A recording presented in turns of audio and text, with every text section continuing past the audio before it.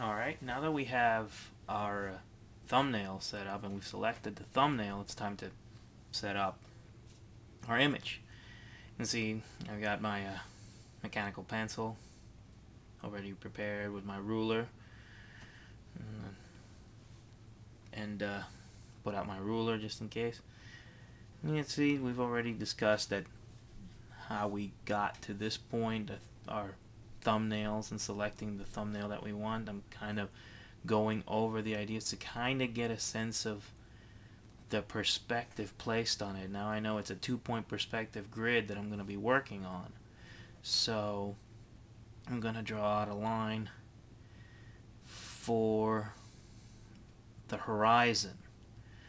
As discussed in Set the Action, the horizon is basically the furthest point in which your eye can see on any given plane.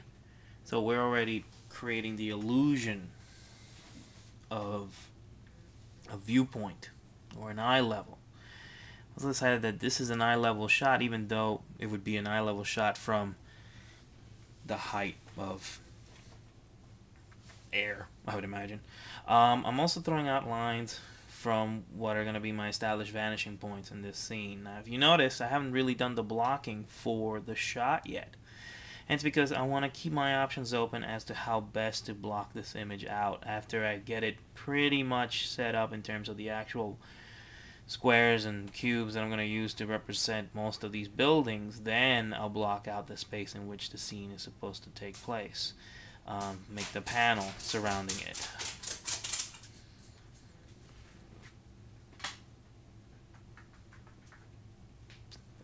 Throwing lines down, setting up my vanishing points, setting up the rest of my lines, and see they're intercutting into one another.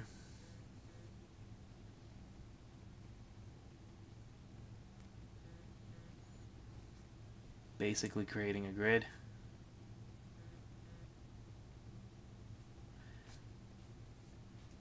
Now all a grid is basically setting up the illusion of how things meet in a three-dimensional plane.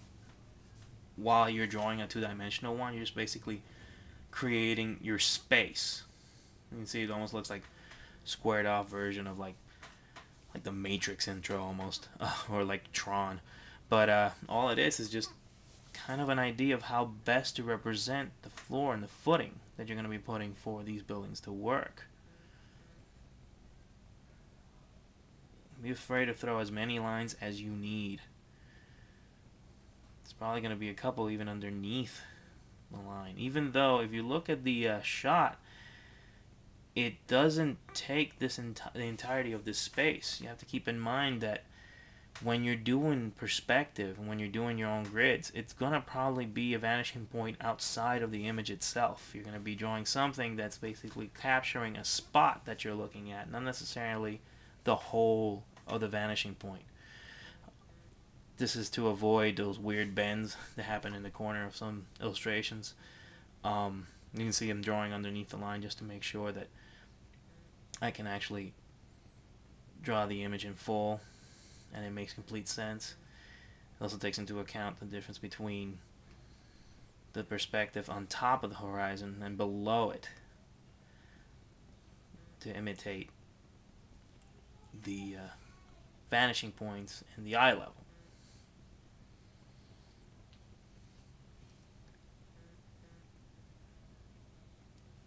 Lots of lines.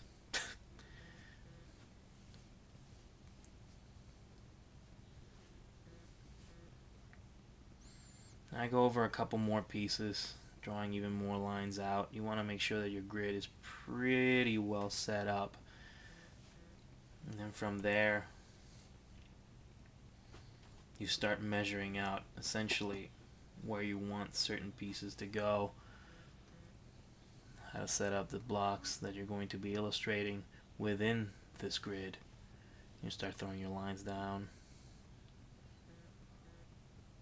start throwing them.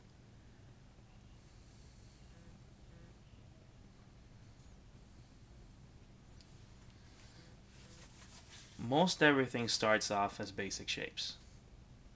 That's the way we understand the world. Even as a baby, That's the first thing we did, was play with blocks and like cubes and very simple things, because the first thing we understand is the iconography of basic shapes. We see buildings, we see giant blocks. So when we illustrate them, that's how we start. We start off with giant blocks, throwing lines down and basically getting a sense of how the building itself is going to work. Now, because of the lines we've already thrown down for your vanishing points and for your perspective grid, you already know a lot about where it is that you can block off certain things, and it makes things a lot easier for you.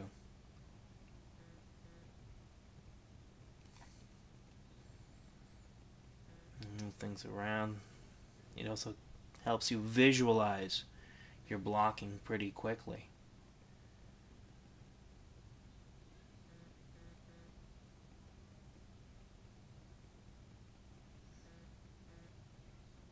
You can see it's still setting up the rest of my grid all the way through.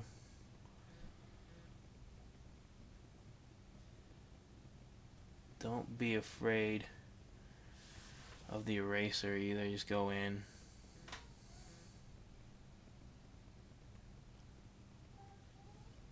The grid's there to help you, but it's not there to correct anything, so just go in, fix, redraw.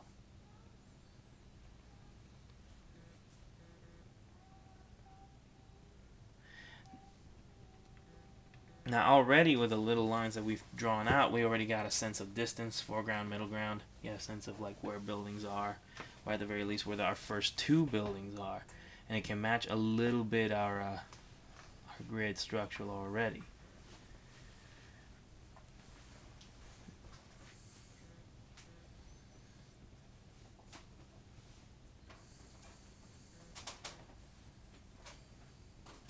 The horizon basically keeps us honest in terms of how the full image is going to work. Throwing lines down towards it and actually get a sense of where our space is.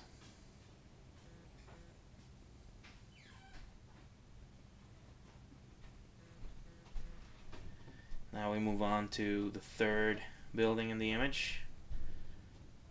Able to actually throw out a line right here. Start setting up the third location of our buildings. Actually be able to block it out and clearly make it very clear that we're actually putting it down.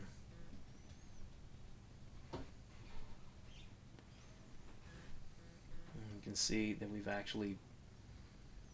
we're getting more of a sense of the space that we need in our illustration. Now, the idea is that the building's actually super huge. You have to also remember the fact that all these images that you're drawing, it's a shot. You have to create the illusion that the shot continues beyond the image. So sometimes you draw over.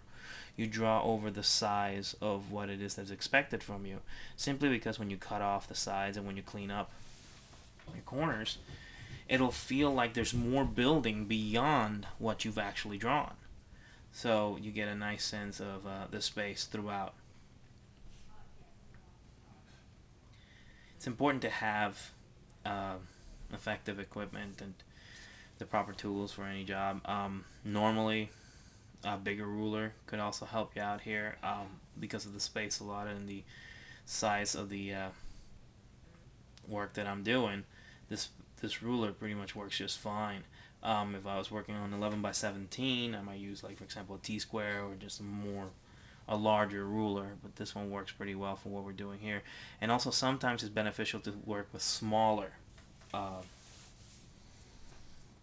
rulers and edges, only because if, for example, if you're working in comics, the panels themselves will dictate the size of the equipment, and sometimes having a full ginormous ruler in there might actually get in the way of you actually doing the proper lines that you need to do. Sometimes you have to adapt the material you have for the work you want to do.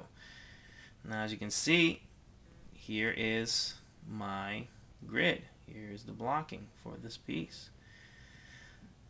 And from this point on, what we're going to be doing later on is we're going to start adding a little bit more of a sense of distance. So hopefully that'll start working in there. And in future steps, we'll get to actually present our image fully. This concludes this section of our presentation. There's more to come, so please join us in the next chapter and continue working on this background.